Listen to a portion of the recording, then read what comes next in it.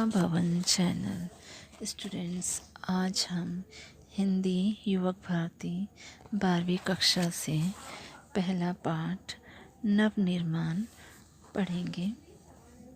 Students, today we are going to study Hindi Yuvak Bharati standard 12th lesson poem number 1 Navnirman. Let's start students. पहले मैं आपको कवि का परिचय देती हूँ। कवि का नाम त्रिलोचन। इनका वास्तविक नाम वासुदेव सिंह। जन्म 20 अगस्त 1917, निधन 2007।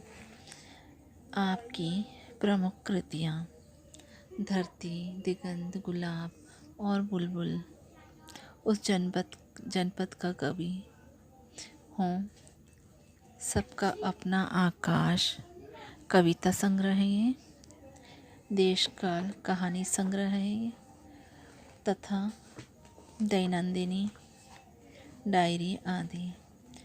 आपकी और भी बहुत सी प्रमुख कृतियाँ हैं। इस कविता की विशेषता काव्य और कवि की विशेषता मैं आपको बताती हूँ।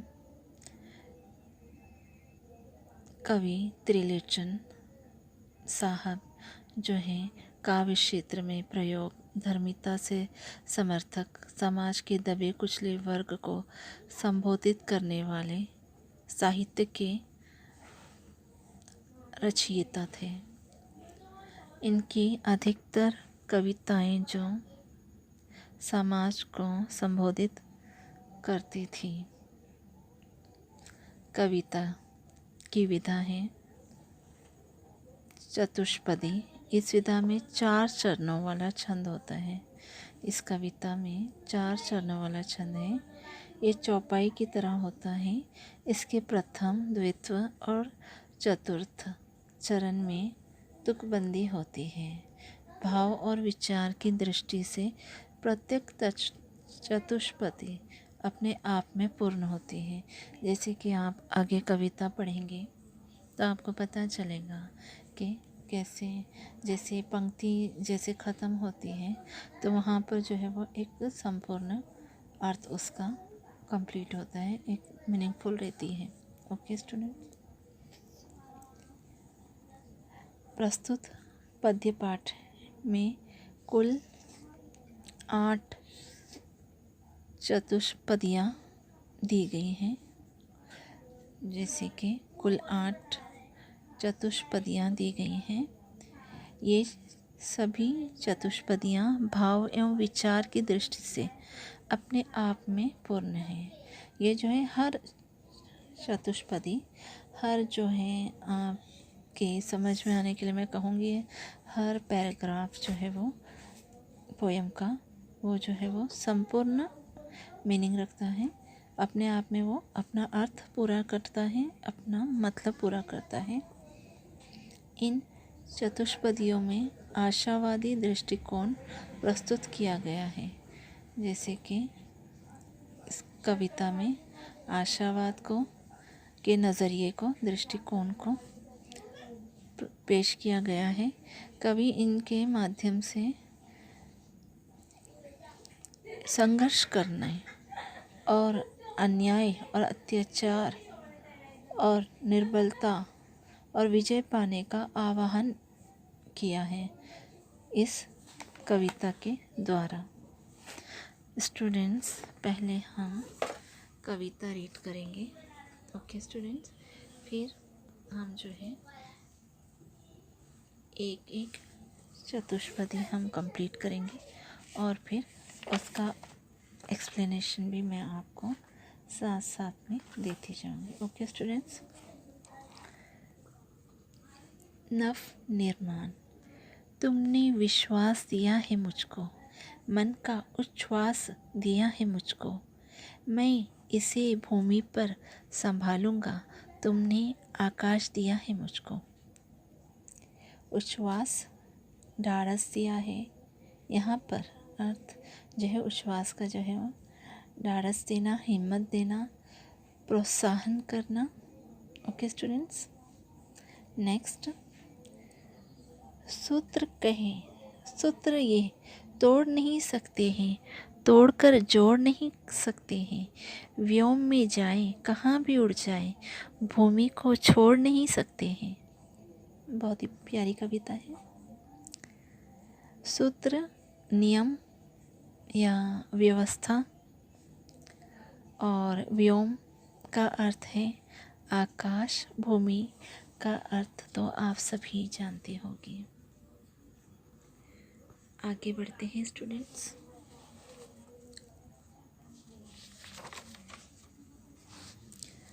सत्य है राह में अंधेरा है, रोक देने के लिए घेरा है। काम भी और तुम करोगे क्या, बढ़ चलो सामने अंधेरा है। स्टूडेंट्स, घेरा को अंडरलाइन कर दीजिए। और घेरा का अर्थ है दीवार या एक घेरा बांधना किसी चीज़ को रोकने के लिए। ओके स्टूडेंट्स, हम आगे बढ़ेंगे। बल नहीं होता सताने के लिए, वो है पीड़ित को बचाने के लिए। बल मिला है तो बनो सबके। बल मिला है तो बल बनो सबके। उठ पड़ो न्याय दिलाने के लिए। बल, शक्ति, ताकत, पीड़ित जिसे सताया गया हो। ओके स्टूडेंट्स, न्याय, इंसाफ। आगे की पोएम हम पढ़ेंगे। जिसको मंजिल का पता रहता है, पथ के संकट को वही सहता है। एक दिन सिद्धि के शिखर पर बैठ, अपना इतिहास वही कहता है। सिद्धि, सफलता, शिखर, चोटी। स्टूडेंट्स, आगे पढ़ेंगे। प्रीति की राह पर चले आओ, नीति की राह पर चले आओ। वो तुम्हारी ही नहीं सबकी है, गीति की राह पर चले आओ। प्रीति, प्यार, नीति, अच्छी राह या फिर जनता या समाज के लिए एक निश्चित आचार या एक निश्चित व्यवहार जो समाज के लिए, जनता के लिए बनाया जाता है, उस राह पर चले आओ। वो तुम्हारी ही नहीं सबकी है, गीति की राह पर चले आओ। गीति, गाना, सॉन्ग। आगे पढ़ेंगे स्टूडेंट्स। साथ निकलेंगे आज नर नारी, लेंगे कांटों का ताज नर नारी।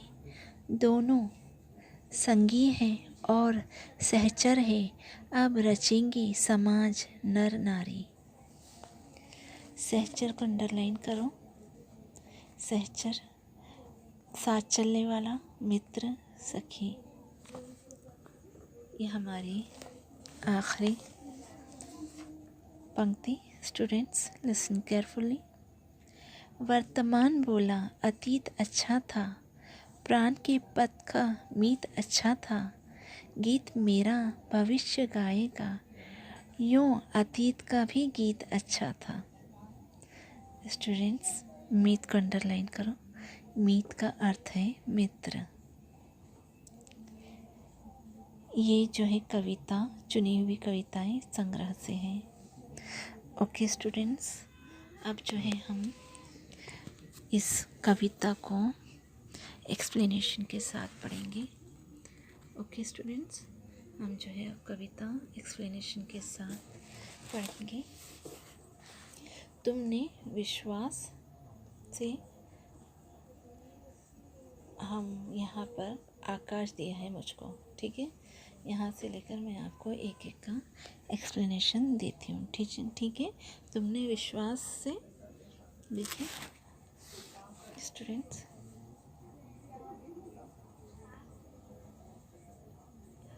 ओके, आप देख सकते हैं यहाँ पर, यहाँ से यहाँ तक। ओके स्टूडेंट्स, अब जो है, अब ये फर्स्ट जो पंक्ति है मैं आपको इसका एक्सप्लेनेशन देती हूँ।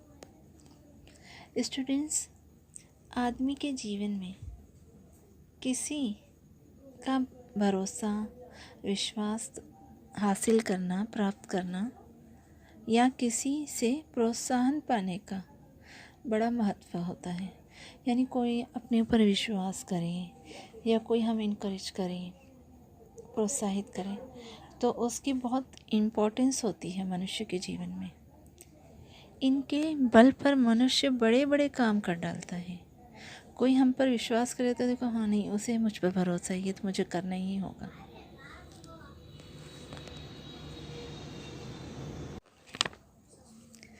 जैसे अगर कोई हम पर भरोसा करे तो हमें ऐसे लगता है कि नहीं, इसने मुझ पर भरोसा किया है, मुझे तो ये करना ही है, ठीक है। तो ऐसे ही मनुष्य के जीवन पर इसका बहुत महत्व होता है और इनके बल पर जो है मनुष्य बड़े से बड़े काम कर डालता है। और यहाँ कवि कहते हैं कि तुमने मुझे जो विश्वास और प्रेरणा दी है, ये मेरे लिए बहुत ही महत्वपूर्ण है। इन्हें देखकर तुमने मुझे असीम संसार दे दिया है। इन्हें देखकर तुमने मुझे सारा संसार दे दिया है, पर मैं इन्हें इस तरह संभाल कर अपने पास रखूँगा कि कवि कहते हैं, तुमने तो मुझे पूरा संसार दे दिया है मुझ पर विश्वास करके, मुझे प्रेरणा देकर, पर मैं इन्हें इस तरह संभाल कर अपने पास रखूँगा कि मैं आकाश में ना उड़ूँ और मेरे पाँव हमेशा ज़मीन पर रहें। यहाँ पर देखो मतलब क्या है इसका, मुझे अपनी मर्यादा का हमेशा ध्यान रखना है। मुझे अपनी मर्यादा का जो है, मुझे अपनी मर्यादा का हमेशा ख्याल रखना है, मुझे अपनी हद का हमेशा ख्याल रखना है। ओके स्टूडेंट्स, अब जो है हम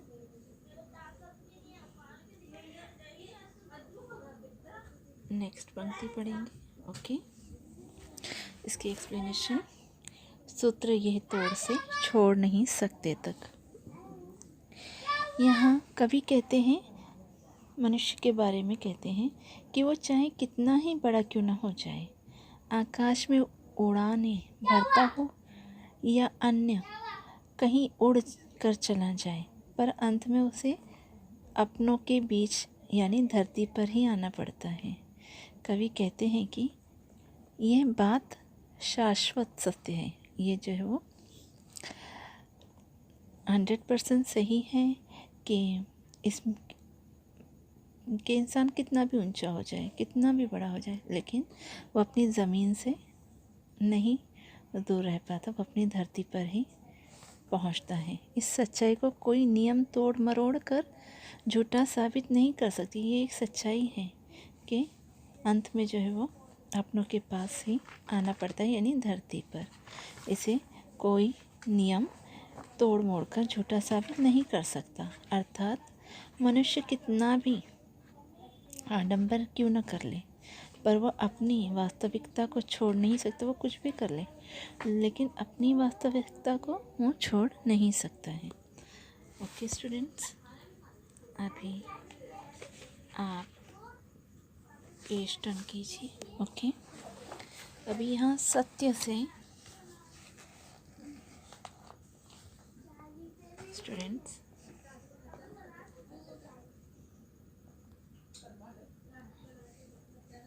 यहाँ से यहाँ तक हम पढ़ेंगे। इसका एक्सप्लेनेशन, सत्य है और सामने अंधेरा है तक। ओके, कभी संघर्ष करने का आह्वान करते हुए कहते हैं कि कवि कहते हैं, संघर्ष करो। जीवन का दूसरा नाम संघर्ष है कि आपकी राह अंधेरों से भरी हुई है। भले ये बात सच हो या आपकी प्रगति, आपकी तरक्की के द्वार को अवरुद्ध करने के लिए तरह तरह की कठिनाइयाँ रास्ते में आ रही हो। जैसे कि भले हम जानते हो कि हमारा रास्ता जो है वो पूरा अंधेरा है और ये सच्चाई हो कि हमारी तरक्की की, हमारी प्रोग्रेस के दरवाज़े पर जो है पूरी अड़चनें, तरह तरह की कठिनाइयाँ आ रही हैं रास्ते पर, तब भी हमें जो है वो संघर्ष के का रास्ते पर रुकना नहीं है। हमें बस चलते ही जाना है और संघर्ष करते जाना है। अंधेरे में भी आगे ही आगे बढ़ते जाना है, क्योंकि इसके अलावा आपके सामने और कोई चारा भी तो नहीं है। कवि का कहना का यहाँ पर कवि के कहने का तात्पर्य वो है कि संघर्ष करना जारी रखना चाहिए, कैसे भी हाल में हो, कैसी भी परिस्थिति हो, लेकिन हमें हमेशा संघर्ष करना चाहिए। संघर्ष से ही सफलता का मार्ग प्रशस्त होता है। हम संघर्ष करेंगे तभी हमें सफलता मिलेगी। ओके स्टूडेंट्स, अब नेक्स्ट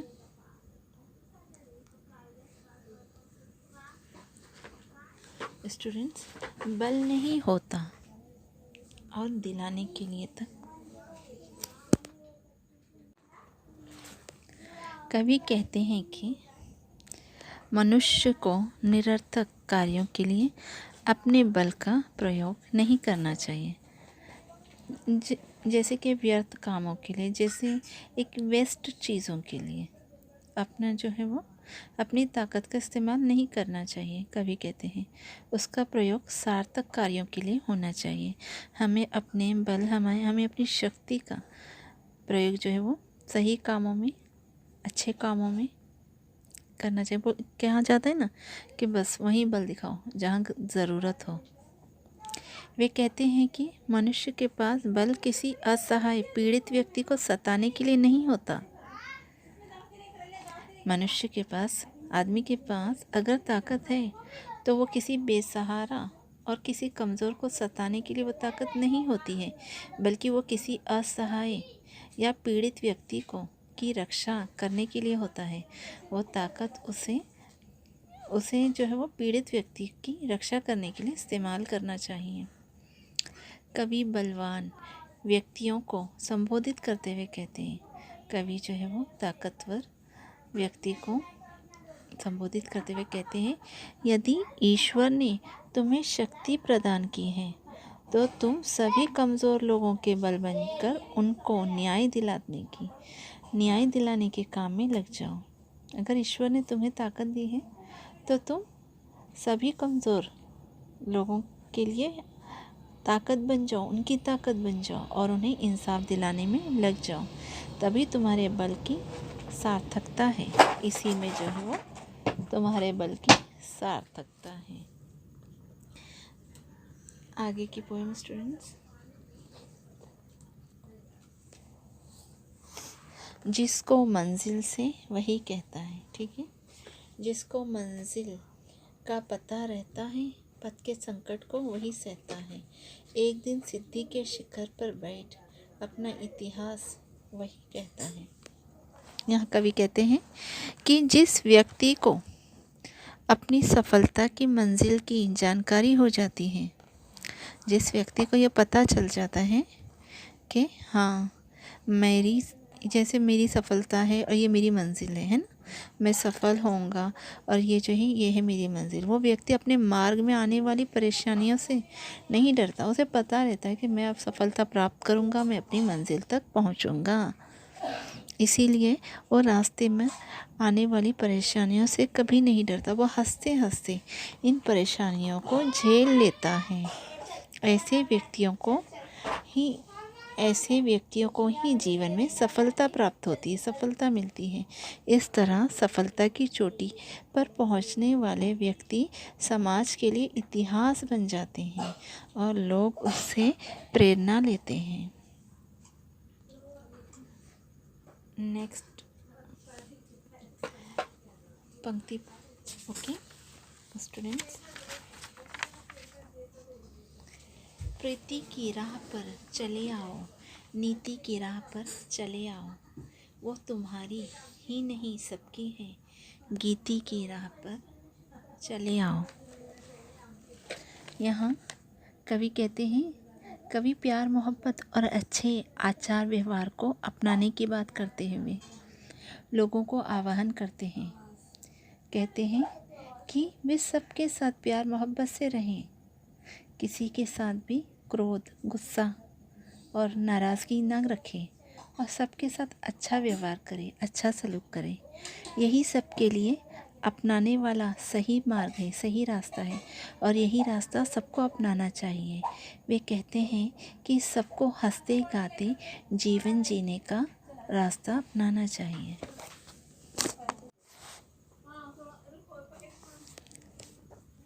साथ निकलेंगे आज नर नारी, लेंगे कांटों का ताज नर नारी।